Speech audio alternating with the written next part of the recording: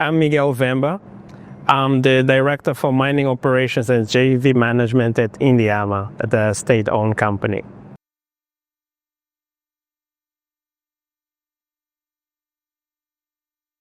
To understand Endiama, we need to go back to our basic foundation, our premise for our existence. And Endiama was founded on the very basic premise that our diamonds need to uplift communities, care for the land, and transform lives. And this is what has been guided our way of working in the diamond mining sector. If you look at just the production figures, we've grown from the numbers of 7 million carats a year back in 2017, and we've grown since then to almost double that production. Today we produce about 14 million carats a year. We're growing all the way to 15 million carats a year this year still, and we plan to grow all the way to 2027. We plan to produce about 17 million carats. So the basic premise of our production has been to generate income not only for the state but for the peoples as well. We've generated over $1.4 billion in revenue last year. This year we will produce a considerably higher amount at about $1.6 billion a year. And that in itself has helped fund our social programs. We've spent over $70 million in creating a whole new university. And this is what we've been doing so far. We've again, going back to our basic premise, it's not only about production, but it's about creating value, not just in carats, but in education, in health, in opportunities. So this is the role of Endiama. This is what we're doing today.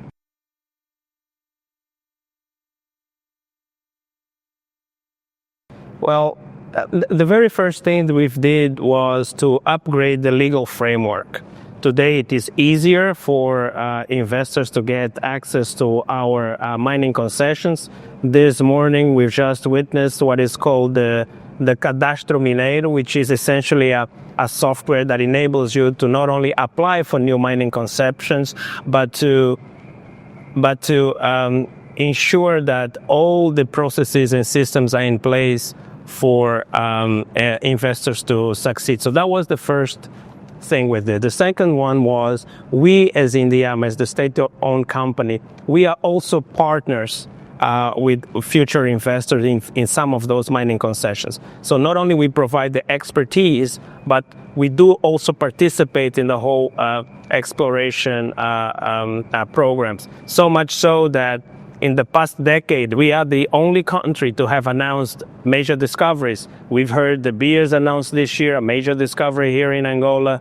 You heard of Luele in the past 10 years. We haven't seen any other mining projects being commissioned at the speed at which Luele was commissioned. It was a $500 million investment, which is already paying its dividends. Luele went from 1.4 million carats 2 years ago, and today it's producing 6 million carats, and it's progressing still to produce about 7 million carats next year. So Angola does provide that legal framework, and as our CEO just mentioned this morning, there is no country elsewhere in the world that right now provides not only the legal framework, but the infrastructure and the support that we do provide at the moment.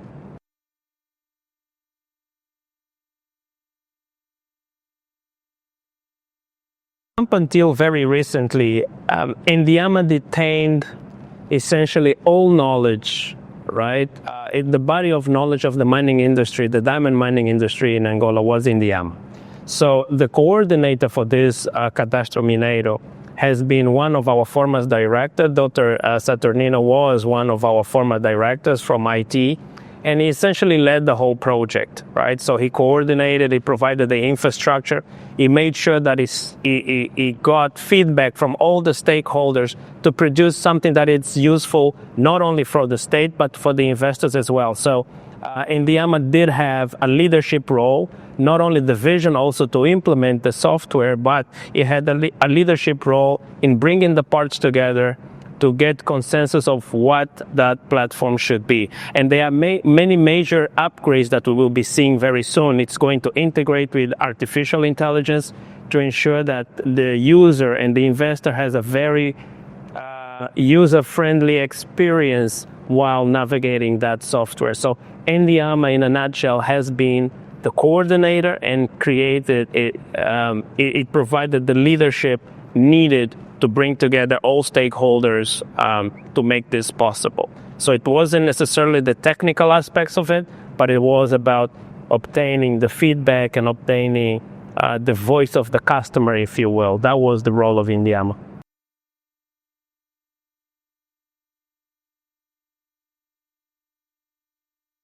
Well, the National Development Plan, first we aligned in mission.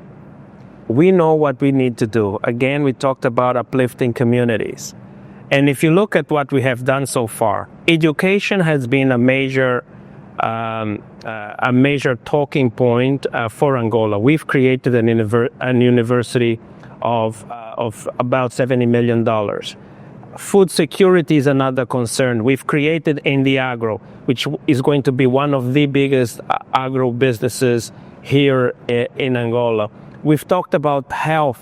We have one of the major clinics which supports over 3,000 people every single day. We've created that.